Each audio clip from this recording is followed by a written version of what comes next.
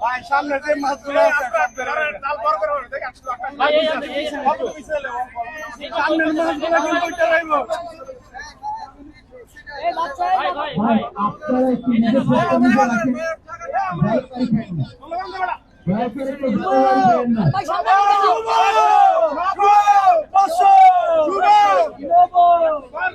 এই সাবির ভাই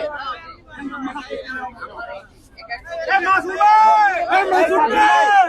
ভাই এই কাওয়া উঠবে এই এখন কাওয়া উঠবে চলবে ভাই একটু পিছন যা ভাই একটু পিছন